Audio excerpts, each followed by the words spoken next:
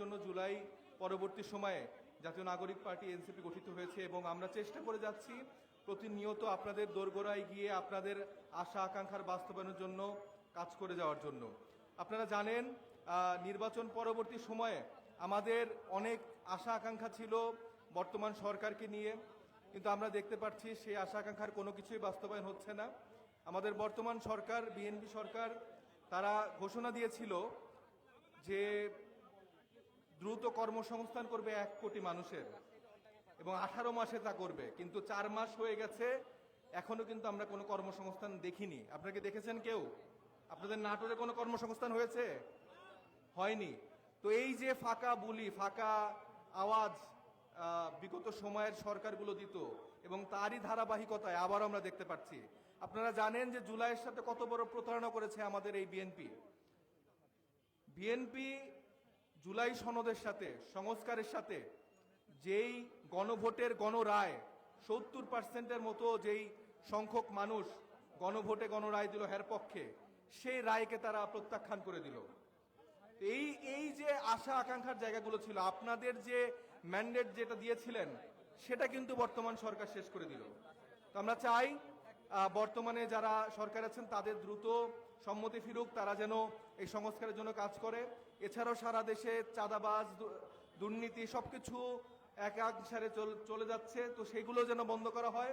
আমাদের প্রিয় স্বরাষ্ট্রমন্ত্রী সালাউদ্দিন আহমেদকে আমি আবারও স্মরণ করাতে চাই যে আপনার যেটা দায়িত্ব সেটা আপনি দয়া করে পালন করেন। অন্যান্য মন্ত্রণালয় অন্যান্য সেক্টরের কাজগুলো যারা দায়িত্বে আছেন তাদেরকে করতে দেন। আপনার ছেলেকে মামাকে বসান, কিন্তু আপনি অন্তত আইন শৃঙ্খলা বাহিনীর জন্য যেটুকু কাজ করা দরকার আমার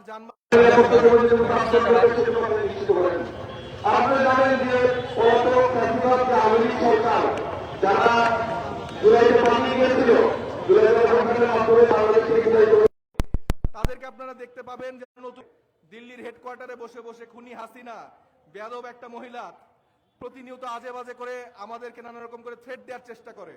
তো তাকে আমি আহ্বান করব যে আপনি দয়া করে দেশে আসেন। শুভেন্দু অধিকারী যেভাবে আসলে বাংলাদেশি নাগরিককে ফিরে দিতে চাচ্ছে, প্রথমে হাসিনাকে দিয়ে আপনারা শুরু করেন। হাসিনাকে আমরা আমন্ত্রণ জানাই, তাকে আমরা ফাঁসির মঞ্চে ফাঁসির কাষ্ঠে ঝুলিয়ে এই জুলাই শহীদদের যে ত্যাগ, যেই মানুষের এত ত্যাগ হয়েছে সেটার প্রতি আমরা জাস্টিস করতে চাই। বাংলাদেশ সরকারকে অনুরোধ করব আপনারা যেন দ্রুত সেই কাজগুলো করেন। আর আপনারা জানেন বাংলাদেশের বান্দরবন সহ চট্টগ্রাম এই এলাকাগুলোতে বন্যা পরিস্থিতি এখন আশঙ্কাজনকভাবে খারাপের দিকে যাচ্ছে। তো সেখানে আমাদের জাতীয় নাগরিক পার্টি এনসিপির টিম গিয়ে কাজ করার চেষ্টা করছে এবং আমি আহ্বান করব দলমত নির্বিশেষে আপনারা এই বন্যার্ত মানুষদের জন্য পাশে দাঁড়ান এবং বাংলাদেশ সরকারকে অনুরোধ করব আপনাদের যারা দায়িত্বশীল যারা আছেন, ত্রাণ মন্ত্রণালয় দুর্যোগ মন্ত্রণালয় রিলেটেড যারা কাজ করছেন তারা এই সেক্টরটা দেখবেন। সবাই ভালো থাকবেন। আসসালামু আলাইকুম রহমতুল্লাহ।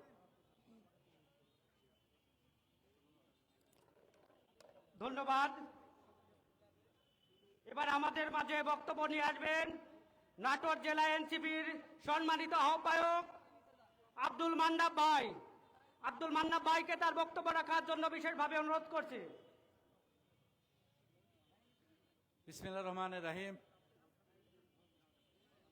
উপস্থিত নাটোরের সংগ্রামী ভাই বোনেরা, আসসালামু আলাইকুম। আপনারা ইতিমধ্যে জেনেছেন আজকের এই কর্মসূচি কি উদ্দেশ্যে আমরা পালন করছি। আমরা গত বছর জুলাই পদযাত্রা করেছি এই স্থানে, আবার ঠিক 1 বছর পর আমরা এই জুলাই পদযাত্রা করছি। আমরা মনে করেছিলাম যে জুলাই পদযাত্রা, জুলাই স্মৃতি বাংলাদেশের সবাই একত্রিত হয়ে আমরা পালন করব, কিন্তু আমরা লক্ষ্য করেছি গত নির্বাচনের যে রায় গণভোটে দেওয়া হলো, বর্তমান সরকার সেই রায়কে উপেক্ষা করে, জুলাই সনদ এবং গণভোটের রায়কে উপেক্ষা করে তারা রাষ্ট্র পরিচালনা করছেন। যে জুলাই যোদ্ধারা তাদের জীবন দিয়ে এই পরিবর্তন নিয়ে আসলো, আজকে বর্তমান সরকার তা বেমালুম ভুলে গেছেন।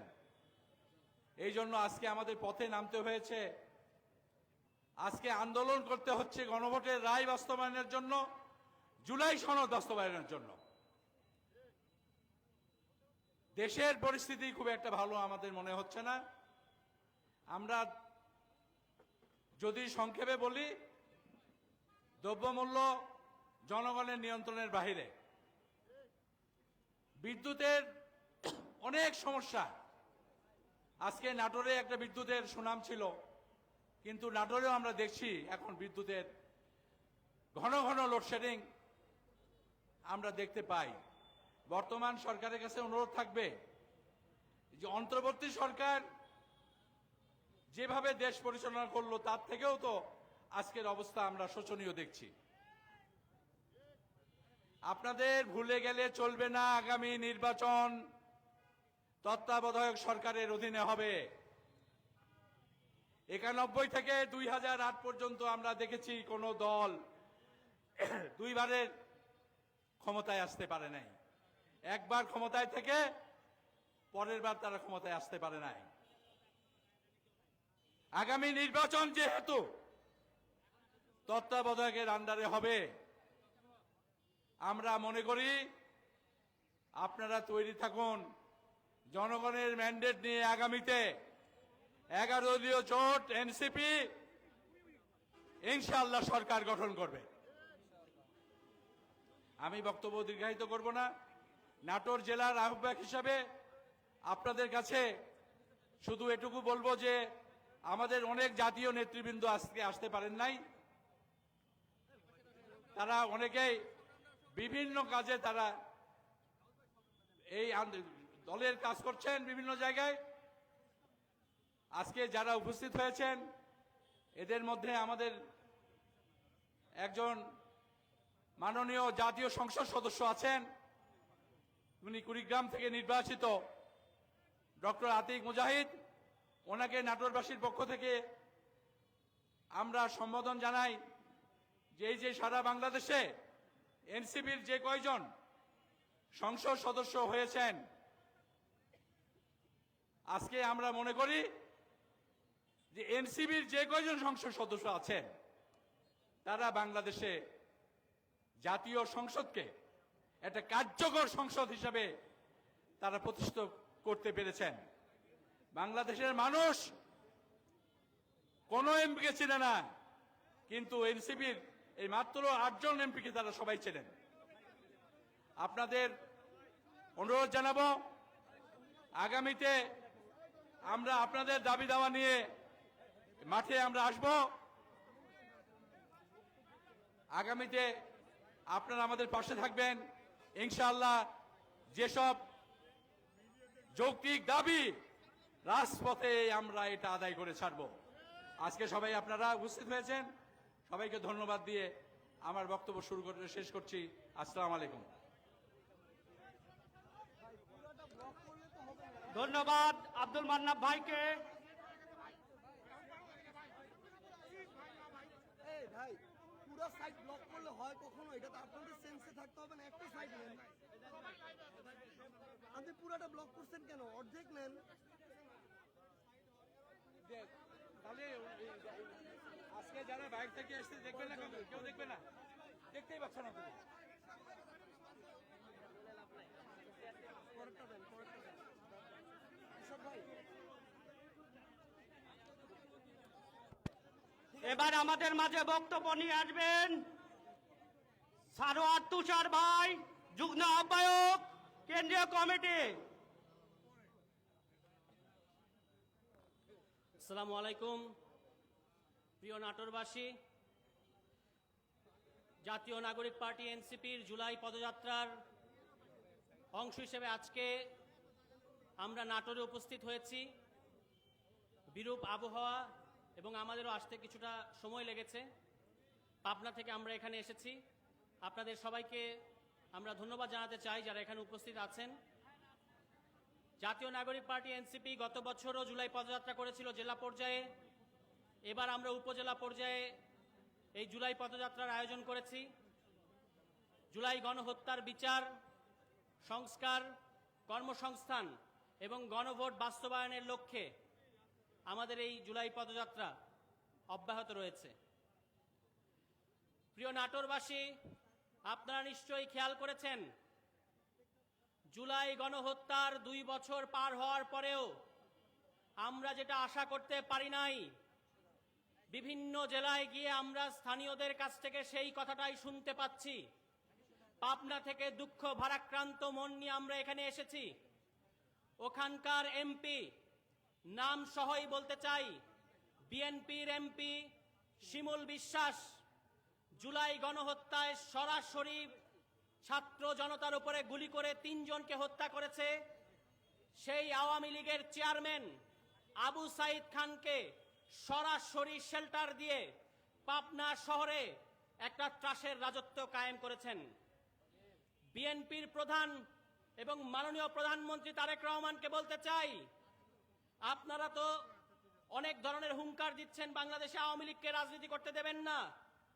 দিনের বেলা আওয়ামী লীগের ব্যাপারে হুঙ্কার দেবেন আর রাতের বেলায় তাদের লোকদেরকে শেল্টার দিবেন। এই প্রতারণার রাজনীতি আমরা আপনাদেরকে করতে দেব না। আপনার দলের এমপি শিমুল বিশ্বাস আপনার থেকে 3 হাত দূরে মাত্র বসে পার্লামেন্টে। আপনি পেছনে ফিরে তাকাবেন যে আপনার এমপিরা কিভাবে আওয়ামী লীগের খুনিদেরকে শেল্টার দিচ্ছে। এই ব্যাপারে আপনাকে পদক্ষেপ নিতে হবে।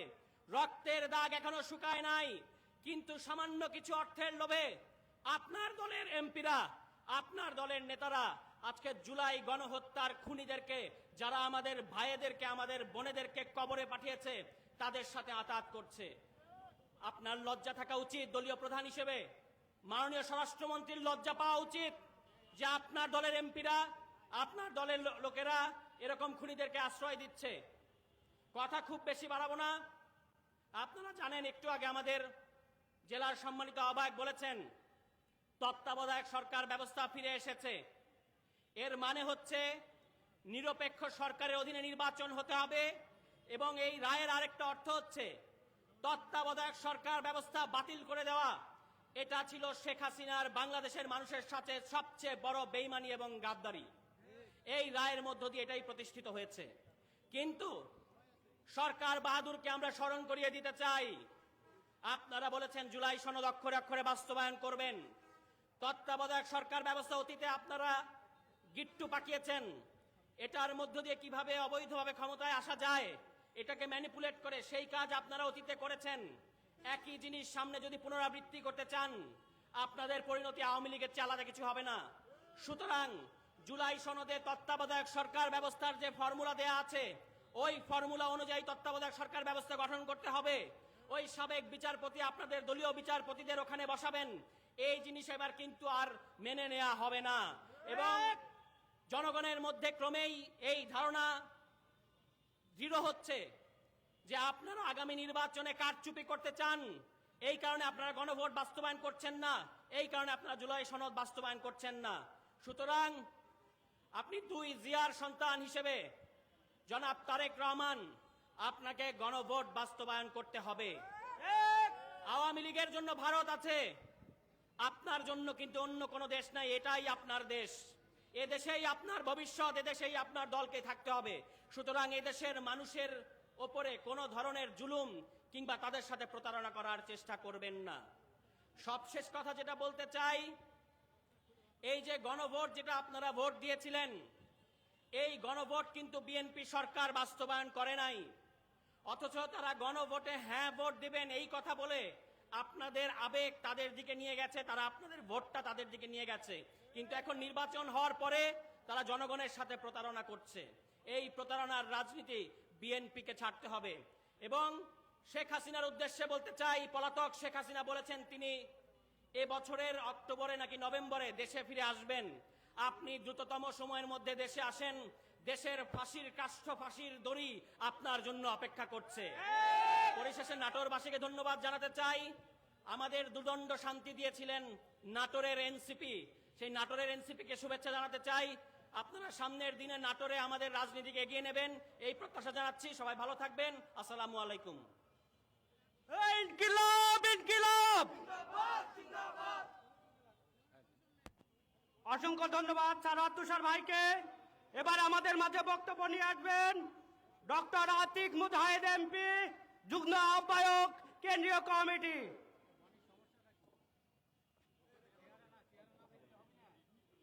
বিসমিল্লাহির রহমানির রহিম। প্রিয় নাটোরবাসী, আসসালামু আলাইকুম। আজকে এই বিরূপ আবহাওয়ার মধ্যেও আপনারা এসেছেন, আপনাদেরকে ধন্যবাদ। আমার বক্তব্যের শুরুতে আপনারা জানেন চিটাগংয়ের বাঁশখালী থেকে শুরু করে আমাদের পার্বত্য অঞ্চলগুলোতে বর্তমান প্লাবনে প্রায় বিভিন্ন রিপোর্ট অনুযায়ী 30-এর অধিক মারা গিয়েছেন। আমরা তাদের জন্য দোয়া করি এবং যাদের সুযোগ আছে আমরা যেন তাদেরকে সহযোগিতা করি। আমি শুধু দুইটা বিষয় বলতে চাই। যারা সর্বাতুষর ভাই বলতেছেন যে সকাল বিকাল আমাদের আপা নাকি অস্থির হয়েছে দেশে আসার জন্য, তাই না? এত যদি অস্থির দেশে আসার জন্য পালালেন কেন? খুবই অস্থির দেশে আসার জন্য। আপনার দেশ এটা না, আপনার দেশ যেখানে আপনি সেখানেই থাকেন। 2 নম্বর কথা, এই জুলাই অভ্যুত্থানে প্রতিটা মানুষ বিশ্বাস করেছিল যে একটা পরিবর্তন আসবে, একটা নতুন বাংলাদেশ হবে, মানুষের মধ্যে সাম্য আসবে, মানুষ তার ন্যায্য অধিকার ফিরে পাবে, মানুষ আর চাঁদাবাজির শিকার হবে না, মানুষ আর দখলদারির শিকার হবে না, মানুষ আর এইরকম মিথ্যা কথা, মিথ্যার সুন্দর ফুলজরির কথা শুনবে না মন্ত্রীদের কাছ থেকে। কিন্তু আজকে মানুষ হতাশ হয়েছে। যে অভ্যুত্থানের পরবর্তীতে বিএনপির কাছে মানুষ প্রত্যাশা করেছিল একটা সুন্দর সমাজ, একটা সুন্দর রাষ্ট্র সিস্টেম, সেটা আমরা দেখলাম না, তার বিপরীত আমরা দেখতে পাচ্ছি। আমরা সে জুলাই বলে অক্ষরে অক্ষরে পালন করবেন, সে জুলাই অক্ষরে অক্ষরে পালন করে ওনাদের এই এমপিরা, ওনাদের এই ছাত্ররা, ওনাদের অনেকেই আবার এই জুলাই বিরোধী আওয়ামী লীগের বয়ান সাবস্ক্রাইব করে। এটা খুবই দুঃখজনক যে জুলাই ধারণ করার কথা বলে জুলাই বিপরীতে কাজ করে। নিজেদের দলীয় পন্থী যারা জুলাই আহত রয়েছেন, যারা শহীদ রয়েছেন, শুধু তাদের বাসায় যান, তাদেরকে সহযোগিতা করেন, আর হাজার হাজার শত শত আহত শহীদ ফ্যামিলির কোনো খোঁজ খবর রাখেন না। আপনারা যদি জুলাই অভ্যুত্থানটাকেও দলীয়ভাবে বিবেচনা শুরু করেন, তাহলে আগের মতোই আপনারাও আওয়ামী লীগের মতোই আপনারাও বলবো যে আপনারাও জুলাই নিয়ে ব্যবসা করতেছেন। জুলাই নিয়ে ব্যবসা করা মানে কি? আপনি জুলাইকে আপনার স্বার্থে ব্যবহার করতেছেন, কিন্তু জুলাইকে আপনারা ধারণ করতেছেন না। আবার সংসদে দাঁড়িয়ে দাঁড়িয়ে বলেন আমরা জুলাই সনদকে অক্ষরে অক্ষরে পালন করব। আপনাদের অক্ষরে অক্ষরে পালন করা মানে কি? ইয়ামিনের বিচার না হওয়া, আরো শত শত মায়ের কোল খালি হয়েছে তাদের বিচার না হওয়া। আর যেটা শুনলাম পাবনায় ওইসব খুনি আওয়ামী লীগকে পুনর্বাসন করা কি জুলাই সনদ পালন হচ্ছে? এই রকম বিএনপি সরকারের হিপোক্রেসিকে এইরকম করলে মানুষ আস্তে আস্তে আপনাদেরকে প্রত্যাখ্যান করবে। আমি নাটোরবাসীকে আহ্বান জানাই, আপনারা এনসিপির পাশে থাকুন, ছাত্রদের পাশে থাকুন। ইনশাআল্লাহ আমরা সবাইকে নিয়ে নতুন বাংলাদেশ গড়ব। আব্দুল মান্নাফ ভাই এখানে আপনাদের খেদমতে দাঁড়িয়েছেন, আপনারা ওনার পাশে থাকবেন। ইনশাআল্লাহ উনি আপনাদের জন্য কাজ করবেন। সবাইকে ধন্যবাদ। আসসালামু আলাইকুম ওয়া রাহমাতুল্লাহ। ধন্যবাদ ডক্টর আতিক মুজাহিদ এমপি ভাইকে। জুলাই আমাদের রক্ত গড়া ইতিহাস। এই জুলাই গণ অভ্যুত্থানের মহানায়কদের অন্যতম। এবার আপনাদের মাঝে বক্তব্য রাখবেন সাজিদ আলম, মূর্খ সংগঠক উত্তর অঞ্চল। ইনকিলাব ইনকিলাব জিন্দাবাদ জিন্দাবাদ, ইনকিলাব ইনকিলাব জিন্দাবাদ জিন্দাবাদ।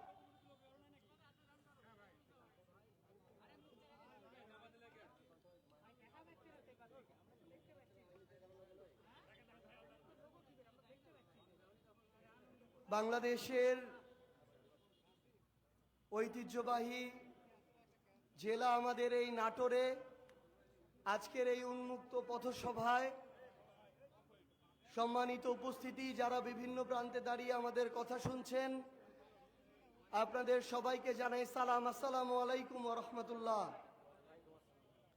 অন্যান্য ধর্মাবলম্বী যারা আছেন আপনাদের সবাইকে জানাই আন্তরিক শুভেচ্ছা। সম্মানিত উপস্থিতি, 2024 সালের ছাত্র জনতার অভ্যুত্থানের পরে আমরা এমন একটা বাংলাদেশ চেয়েছিলাম যেই বাংলাদেশে বিগত দিনের জুলুম, নির্যাতন, অপকর্ম আর বাংলাদেশের মানুষকে সহ্য করতে হবে না।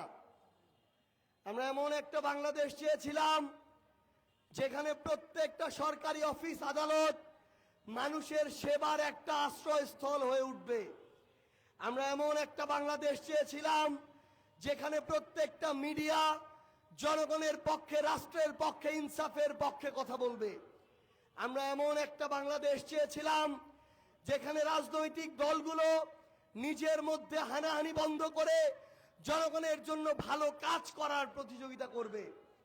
কিন্তু আমরা দেখলাম 24শে জুলাই অভ্যুত্থানের পরে আবারও সেই পুরনো রাজনৈতিক প্রতিযোগিতা, আবারও জাতীয়তা যে স্বার্থ, দেশের মানুষের যে স্বার্থ, সেই স্বার্থের আগে দলীয় স্বার্থ, ব্যক্তিগত, গোষ্ঠীগত, প্রাতিষ্ঠানিক স্বার্থ প্রাধান্য পাওয়া শুরু করলো। আমরা দেখলাম একটা গোষ্ঠী চাঁদাবাজিতে লিপ্ত হলো, কেউ নতুন করে মাদক ব্যবসায়ীদের শেল্টার দেওয়া শুরু করলো, কেউ নতুন করে জমি দখল করা শুরু করলো, কেউ নতুন করে থানাগুলোতে দাদাগিরি করা শুরু করলো। একটার পর একটা পুরনো যে কালচার, সেই কালচারগুলো আমাদের মধ্যে আবার ফিরে আসা শুরু করলো। সম্মানিত উপস্থিতি, আজকে ক্ষমতাসীন দল বিএনপির বিরুদ্ধে এই মঞ্চে দাঁড়িয়ে অসংখ্য কথা বলা যাবে, কিন্তু আজকে আমি তাদের উদ্দেশ্যে কথাগুলো বলতে চাই যারা আপনারা শুনছেন। আমি জানি এখানে আপনারা যারা আমাদের কথা শুনছেন, কেউ হয়তো শাপলাকলিতে ভোট দিয়েছেন, কেউ দাঁড়িপাল্লায়, কেউ ধানের শীষে, কিন্তু আগামীর বাংলাদেশে আমাদের এই যে দলীয় বিভাজন, এই বিভাজনটা একটা জায়গায় শেষ হতে হবে। আমরা বিশ্বাস করি আগামীতে আমাদের যে লড়াই, এই লড়াই মার্কার লড়াই হবে না, এই লড়াই হবে ন্যায় এবং অন্যায়ের মধ্যে লড়াই। আগামীতে আমাদের যে লড়াই, এই লড়াইটা দলের লড়াই হবে না, এই লড়াইটা হবে জালিম আর মজলুমের মধ্যে লড়াই। আগামীতে আমাদের যে লড়াই, এই লড়াইটা পুরাতন বন্দোবস্তের লড়াই হবে না, এই লড়াইটা হবে শাসক আর শোষিতের মধ্যে লড়াই। আমাদেরকে সিদ্ধান্ত নিতে হবে এই সময় যে যাচ্ছে, এই সময়ে কারা চাঁদাবাজি করছে, জমি দখল করছে, ক্ষমতার অপব্যবহার করছে, মাদক ব্যবসায়ীদের আশ্রয় দিচ্ছে, কারা পিছন থেকে সন্ত্রাসী কার্যক্রমের আশ্রয় প্রশ্রয় দাতা হচ্ছে, তাদেরকে চিরতরে আমাদেরকে বয়কট করে তার বিপরীতে ভালো পক্ষটাকে আমাদের বেছে নিতে হবে। আমরা এনসিপি আছি, 11 দল আছে। আপনাদের যদি মনে হয় এই অপকর্মের সাথে আমাদের সম্পৃক্ততা নেই, আমাদের সম্পৃক্ততা অতি নগণ্য অন্য যে কোনো দলের তুলনায়, তাহলে আপনাকে ভালোর পক্ষ বেছে নিতে হবে। যেই পক্ষ এই অপকর্ম করে তাকে যদি আপনি বাদ না দিতে পারেন, তাকে ভোট দেওয়া থেকে যদি বিরত না থাকতে পারেন, তার দলকে যদি বয়কট না করতে পারেন, তাহলে এই বাংলাদেশে কোনোদিন ভালো সিস্টেমের আপনি আশা করতে পারেন না। খালি ভালো আশা করবেন, আর যখন নিজের ভালো জায়গায় সমর্থন দেওয়া দরকার, ভোট দেওয়া দরকার, তখন আপনি আপনার জায়গা থেকে সেটা করতে পারবেন না। তাহলে যত অপকর্ম হবে এই দায়ও আপনি কোনোদিন এড়াইতে পারেন না। আমার দাদা একটা মার্কায় ভোট দিয়েছে, আমার বাবা একটা মার্কায় ভোট দিয়েছে দেখে আমাকেও যদি ওই মার্কায় ভোট দিতে হয়, আর না দিলে যদি আমার মান সম্মান চলে যায়, তাহলে তারা যে জুলুমের মধ্য দিয়ে গিয়েছে, তারা যে নির্যাতনের মধ্য দিয়ে গিয়েছে, আমারও তো তাহলে ওই একই নির্যাতনের মধ্য দিয়ে যেতে হবে। তাহলে সবার আগে আমাদের মানসিকতার পরিবর্তন লাগবে, চিন্তার পরিবর্তন লাগবে, সিদ্ধান্তের পরিবর্তন লাগবে। আমরা বিশ্বাস করি এই বাংলাদেশের অন্যতম অগ্রসর জেলা, আমাদের এই ঐতিহ্যবাহী নাটোর জেলার মানুষ সেই সিদ্ধান্তের পরিবর্তন আনবে। জুলাইয়ের ওই প্রথম দিন যখন আমরা রাজপথে ছিলাম, আমাদের সাথে 100 মানুষ ছিল না, কিন্তু আমরা ন্যায় ইনসাফের পথে থেকে 5 আগস্টে কোটি কোটি মানুষ রাজপথে নেমে এসেছিল। আজকে হয়তো আমাদের সাথে এই উন্মুক্ত পথসভায় 1000 মানুষ না থাকতে পারে, কিন্তু আমরা বিশ্বাস করি আমরা যদি ন্যায় ইনসাফের লড়াইটা চালিয়ে যেতে পারি, 5 বছর পরে আমাদের সাথে কোটি কোটি মানুষ রাস্তায় নেমে আসবে ইনশাআল্লাহ। আমরা আপনাদেরকে আহ্বান জানাই, আমরা অনেকে আপনাদের সন্তানের বয়সী, অনেকে আপনাদের ভাইয়ের বয়সী। আপনারা আমাদের পরামর্শ দিবেন, ভুল করলে চোখে আঙুল দিয়ে দেখিয়ে দিবেন। আপনি আমার ভুল ধরিয়ে দিলে আপনাকে আমি শত্রু মনে করব না, কারণ আমার ভুলটা সংশোধনের মধ্য দিয়েই তো আমি এগিয়ে যেতে চাই। আমরা আপনাদেরকে আহ্বান করব, ওই আমাদের একজন রাজমিস্ত্রির ছেলে হাসনাত আব্দুল্লাহ যদি সংসদে যেতে পারে, আমার এই অটো চালা ভাই, আমার ওই মজুর ভাইকেও ওয়ার্ডের, ইউনিয়নের, উপজেলার ধীরে ধীরে দায়িত্ব নিতে হবে। আগামীতে কে কত বড় রাজনৈতিক প্রোফাইল এটা নেতা নির্বাচনের ক্রাইটেরিয়া হইতে পারে না, বরং কে কতটা সৎ, কে তার জায়গা থেকে কতটা ইনসাফ তৈরি করতে পারবে, কে ন্যায় ভিত্তিক সমাজ করতে পারবে, সেই হতে পারে আমাদের আগামী দিনের নেতা ইনশাআল্লাহ। পরিশেষে আমাদের চট্টগ্রামে আমাদের হাজার হাজার লক্ষ লক্ষ ভাই বোনেরা, তারা বন্যার পানির মধ্যে তারা বসবাস করছে, ঠিক মতো খাবার পাচ্ছে না, থাকার জায়গা বলতে কিছু নেই, বাড়ি ঘর, গবাদি পশু, সামান্য ব্যবসার একটা অবলম্বন থেকে শুরু করে শেষ যে রাতে ঘুমানোর আশ্রয়স্থল, সবকিছু তাদের পানিতে ভেসে যাচ্ছে। আমরা বাংলাদেশ সরকারকে অনুরোধ করব, প্রত্যেকটা রাজনৈতিক দলকে অনুরোধ করব, এখানে দলাদলির কিছু নাই, ভেদাভেদের কিছু নাই, দল মত নির্বিশেষে সবাই মিলে একসাথে আমাদের ওই বন্যার্ত ভাইদের জন্য আমরা কাজ করুন। আপনারা একসাথে মিলে যদি কাজ করি আমরা, তাহলে ইনশাআল্লাহ আমাদের ভাইদের পাশে যদি আমরা দাঁড়াতে পারি, তারা সাহস পাবে, তারা খুব শীঘ্রই তাদের পুরনো যে সহায় সম্বল সবকিছু তৈরি করে অন্তত একটা স্বাভাবিক জীবন শুরু করতে পারবে। আমরা সরকারকে বলতে চাই, অতি জরুরি অবস্থা ঘোষণা করে আপনার সরকার থেকে শুরু করে মন্ত্রণালয়ের স্পেশাল ফোর্স দিয়ে আমাদের ওই ভাই বোনদের আপনারা পাশে দাঁড়ান। মহান সৃষ্টিকর্তার কাছে আমরা দোয়া করতে চাই, আমাদের এই বাংলাদেশকে মহান সৃষ্টিকর্তা মহান আল্লাহ যেন সকল ধরনের প্রাকৃতিক দুর্যোগ থেকে হেফাজত করে, আমাদের পাপ ভুল ত্রুটিকে মাফ করে দিয়ে আমাদেরকে যেন এই ধরনের প্রাকৃতিক দুর্যোগ থেকে আমাদেরকে মুক্ত রাখে। দেশের সার্বভৌমত্ব রক্ষার জন্য আমাদেরকে যেন সদা প্রস্তুত থাকার বলতে চাই। আমাদের নাটোর এনসিপির সম্মানিত আহ্বায়ক, নাটোর জেলার চেম্বার অফ কমার্সের প্রেসিডেন্ট জনাব আব্দুল মান্নাব ভাই, তিনি আমাদের নাটোর পৌরসভার মেয়র ক্যান্ডিডেট। আপনারা সবাই মিলে একসাথে আমাদের মান্নাব ভাইকে আপনারা ওইটুকু সমর্থন করবেন, দোয়া করবেন। তিনি আজকে অন্য একটা রাজনৈতিক দলে থাকলে এই জেলার সবচেয়ে বড় পদটা তার হতে পারত, কিন্তু শুধুমাত্র অন্যায়ের সাথে তিনি আপোষ করতে পারবেন না দেখে তিনি ওই দল ছেড়ে নতুন করে তাদের সন্তানের বয়সী এই এনসিপি কিংবা এই তরুণদের দলে তিনি এসে যোগ দিয়েছেন। তার এই ভালো ইচ্ছা এবং আগ্রহের জায়গাটিকে আপনাদের সবাইকে সমর্থন করতে হবে এবং আগামীর পৌর নির্বাচনে আমাদের মান্নাব ভাইকে ভোট দিয়ে চেষ্টা করে দোয়া করে বিজয়ী করতে হবে ইনশাআল্লাহ। আমরা পরিশেষে আমি আমার বক্তব্য এখানে শেষ করছি। তবে আমাদের কুড়িগ্রাম 2 আসনের মাননীয় সংসদ সদস্য ডক্টর আতিক মুজাহিদ এমপিকে অনুরোধ করব, আমাদের যারা লক্ষ লক্ষ বন্যার্ত ভাই রয়েছেন, অসহায় দিন যাপন করছেন, তাদের জন্য জাতীয় নাগরিক পার্টি এনসিপির পক্ষ থেকে দোয়া করার জন্য এবং মোনাজাত পরিচালনা করার জন্য।